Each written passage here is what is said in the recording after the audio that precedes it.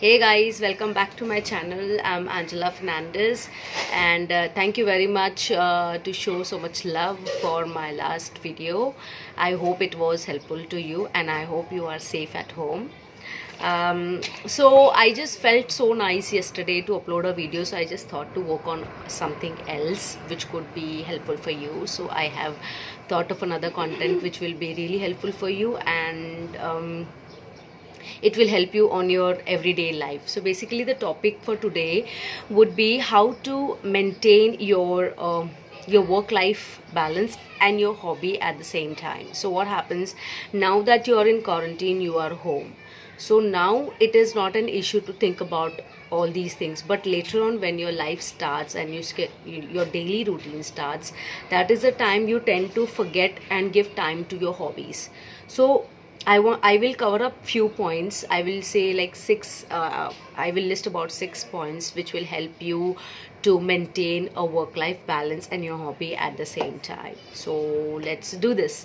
So my first point would be that always try to complete first thing first. Like, always understand that there are some urgent things, important things always when you're working. So prioritizing is the key for this. You should always prioritize what things come first, what things come last. So when you are working, try to when you're working, please concentrate only on working than on your hobbies, because that's not going to help. So always try to prioritize your work first. Always try to segregate what is important and urgent, and accordingly you can give time to your hobbies as well. My second point would be that you need 5 minutes. You just need 5 minutes for your hobby. So whenever you have time, you have to give 5 minutes for your hobbies, like for whatever you are doing, whatever you like doing. You just need 5 minutes. Like, for example, some people I've seen that they give time to hobbies like in the early morning AM hours. They they get up early morning in the early morning dawns.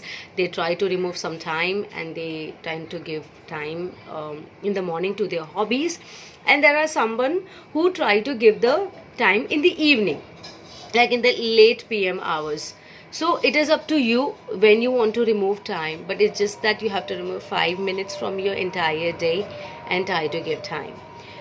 My third point would be the developer end of the day habits. Like, we really tend to forget. We are working so much in our daily routine. We are so much into work that we try to forget that the day is going to end. You need to end your task. You need to end your work calls. You need to end everything you're doing, because your mind need a relaxation. So your mind need to shut down at a moment.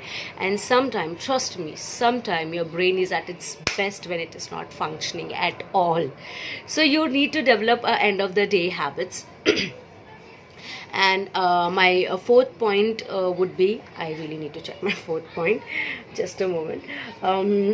My fourth point would be that go home on time. So basically what happens when you work and you tend to become so busy at your work that you forget completely that you need to go home also. There are other things at home also. You need to focus on other things also. So when you cannot really work around the clock, you need to shut your mind, you need to shut yourself down and think about going back home. So once you go to office, you do your job, you do your task, but at the same time you should also wind things up, shut it down and go back home. So you need to develop this habit of going home on time. So basically, if your job starts at 9, 5:30, 6, you please wind it up and try go on time, because that is going to help you to remove some time in the evening, which is not going to be 5 minutes, but it will be going to be more 10-15 minutes to give time to your hobbies. So that is how it is going to help you. So you develop a habit of going home on time. And my last point would be that pursue your interest without a guilt. It's not work. You should have fun with your hobbies. So whatever hobbies you have, you should always enjoy your hobby. The more you enjoy, the more you tend to give time to your hobbies. So enjoy it without any guilt in your heart. You enjoy your hobbies the way you like it, and try to give some time to it.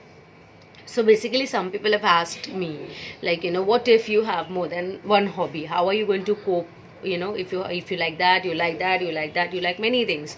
So if you see rationally, I would say that it's not really a good idea to have more than one hobby, because that tends to lose your focus. But yes, if you really love, like for example, I like two things. I really like talking, I really like writing and reading. So what I do is I try to maintain a balance. I remove 10 minutes for my reading, I remove 10 minutes for my talking, I remove 10 minutes for my other hobbies. So it is good, but at the same time, my suggestion would be you try at least pursuing one hobby at a time, and if you know that you can balance it well, you can later pursue your other hobbies. So that is it. I hope you like my video, and if you like my video, please hit the like button and subscribe my channel. And till then, be safe, be kind, and strike a balance. Bye.